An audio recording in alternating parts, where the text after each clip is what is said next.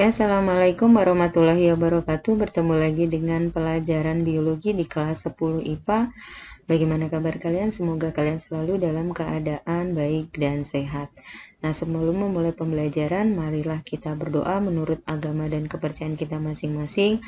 Semoga kita selalu dalam lindungan Allah Subhanahu wa Ta'ala, diberikan kesehatan, diberikan kemudahan dalam melakukan aktivitas, terutama aktivitas belajar. Semoga kalian diberikan kemudahan dalam menyerap ilmu yang diberikan oleh para guru. Oke, kali ini kita akan membahas materi biologi, yaitu mengenai ekosistem. Nah, pembahasan pada materi ekosistem yang pertama adalah komponen ekosistem, yang kedua adalah organisasi kehidupan dalam ekosistem, yang ketiga adalah interaksi antar komponen dalam ekosistem, yang keempat adalah aliran makanan dan aliran energi, yang kelima adalah daur biogeokimia. Nah, pada pertemuan kali ini Ibu akan membahas dua subbab ya, yaitu komponen ekosistem dan organisasi kehidupan dalam ekosistem. Oke, sekarang kita bahas komponen ekosistem. Nah, komponen ekosistem itu terdiri dari dua komponen, yaitu komponen biotik dan komponen abiotik. Nah, komponen biotik itu merupakan komponen yang terdiri dari makhluk hidup. Sementara komponen abiotik itu adalah komponen yang terdiri dari lingkungan atau yang tak hidup. Ingat bahwa pengertian ekosistem itu adalah interaksi atau hubungan timbal balik antara makhluk hidup sebagai komponen biotik dengan lingkungannya sebagai komponen abiotik. Oke, sekarang kita akan membahas komponen biotik. Nah, komponen biotik merupakan komponen ekosistem yang hidup atau sebagai makhluk hidup. Nah, komponen biotik itu terdiri dari 4 ya, yaitu produsen, konsumen, dekomposer, dan detritivor. Nah, sekarang kita akan membahas tentang produsen ya. Produsen adalah makhluk hidup yang bersifat autotrof. Tentu kalian masih ingat, autotrof itu adalah makhluk hidup yang dapat membuat makanan sendiri. Contohnya adalah tumbuhan, alga, dan bakteri berklorofil. Bagaimana membuat makanannya? Dengan cara berfotosintesis. Kemudian konsumen adalah makhluk hidup yang bersifat heterotrof. Ingat, heterotrof itu artinya makhluk hidup yang tidak dapat membuat makanan sendiri, sehingga harus mendapatkan makanan dari lingkungannya. Ya, nah berdasarkan makanan yang dia makan, maka konsumen dibagi menjadi 3. Yang pertama adalah herbivora, yaitu pemakan tumbuhan. Contohnya kambing, sapi, kuda, dan lain sebagainya. Kemudian karnivora adalah pemakan daging atau hewan yang lain. Contohnya adalah kucing, anjing, harimau, dan lain sebagainya. Kemudian omnivora adalah pemakan semuanya. Jadi bisa makan tumbuhan, bisa juga makan hewan. Nah, contohnya adalah manusia. Oke. Kemudian dekomposer itu merupakan pengurai, merupakan makhluk hidup yang berfungsi mengurai makhluk hidup yang telah mati. Contohnya adalah bakteri dan jamur. Kemudian yang keempat adalah detritivor, yaitu makhluk hidup pemakan detritus atau partikel organik. Nah, tentu kalian sudah sering mendengar dekomposer, tapi kalau detritivor mungkin kalian baru mendengarnya atau jarang mendengarnya. Nah, bedakan antara dekomposer dan detritivor. Saya contohkan di sini, lihat gambarnya dulu ya. Nah, seperti ini. Jadi kalau bakteri dan jamur itu kan dia tidak memakan, dalam tubuhnya tidak punya sistem pencernaan. Tetapi kalau cacing tanah dan rayap, dalam tubuhnya punya sistem pencernaan. Jadi cacing tanah itu memakan tanah yang di dalamnya ada partikel organiknya. Rayap itu memakan kayu yang sudah lapuk ya. Nah, di dalamnya juga ada partikel organiknya. Nah, jadi partikel organik yang masuk ke dalam tubuhnya itu akan dicerna. Sementara kalau bakteri dan jamur tidak punya sistem pencernaan, yang dia lakukan adalah mengeluarkan zat atau enzim ke dalam lingkungan yang ada partikel organiknya, kemudian partikel itu diurai menjadi zat yang lebih sederhana dan lebih kecil, kemudian baru diserap oleh bakteri maupun jamur. Ya, jadi sangat berbeda cara mendapatkan makanannya.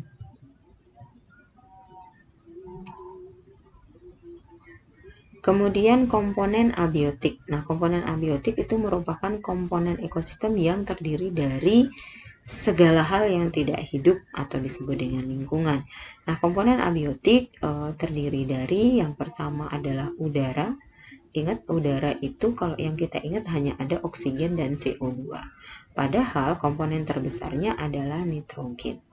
Ya, biasanya dalam bentuk NO2 di udara ya, atau N2. Nah, ya, oksigen itu kita gunakan untuk bernapas.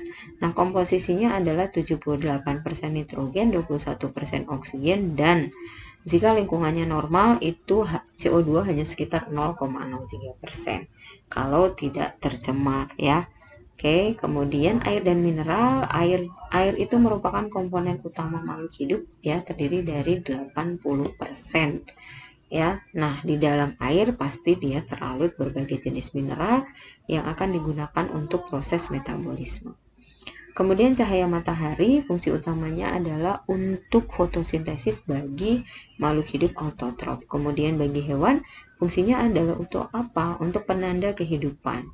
Ya, contohnya ada makhluk hidup yang aktif di siang hari, pada pagi hari aktif sampai matahari terbenam. Contohnya manusia. Nah, manusia itu normalnya kan aktifnya di siang hari. Ya, atau hewan-hewan kebanyakan aktifnya di siang hari.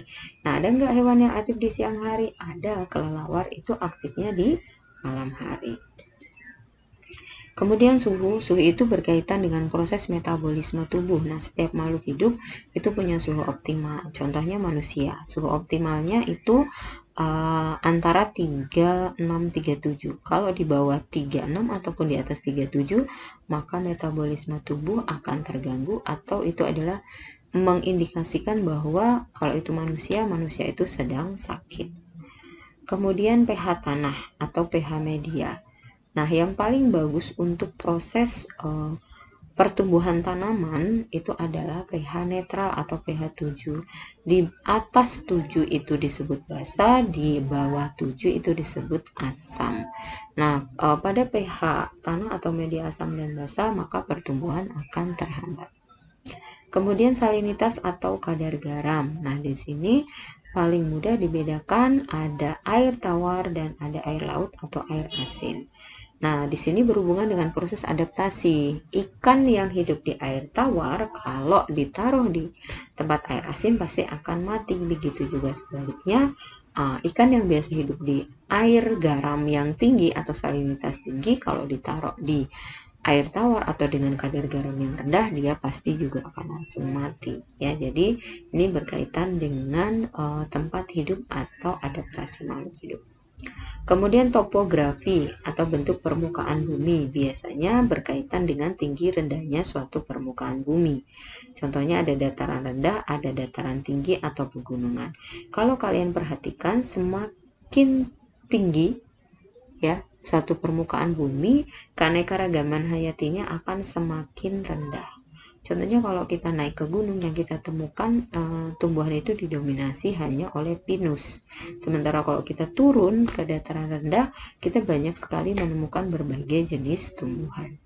Ya, itu pengaruhnya. Karena pengaruhnya bisa berpengaruh dengan cahaya, terpengaruh oleh suhu, terpengaruh juga oleh pH tanah. Jadi topografi akan berkaitan dengan komponen abiotik yang lain. Oke, bahasan selanjutnya adalah organisasi kehidupan dalam ekosistem. Nah, organisasi kehidupan dalam ekosistem itu ya, di sini kalian bisa lihat ya, dimulai dari yang paling sederhana, individu, populasi, komunitas, ekosistem, bioma, dan biosfer. Nah, kita akan jelaskan satu-satu. Yang pertama, individu atau organisme itu adalah makhluk hidup yang sendirian, atau biasanya kita menyebutnya seekor untuk hewan.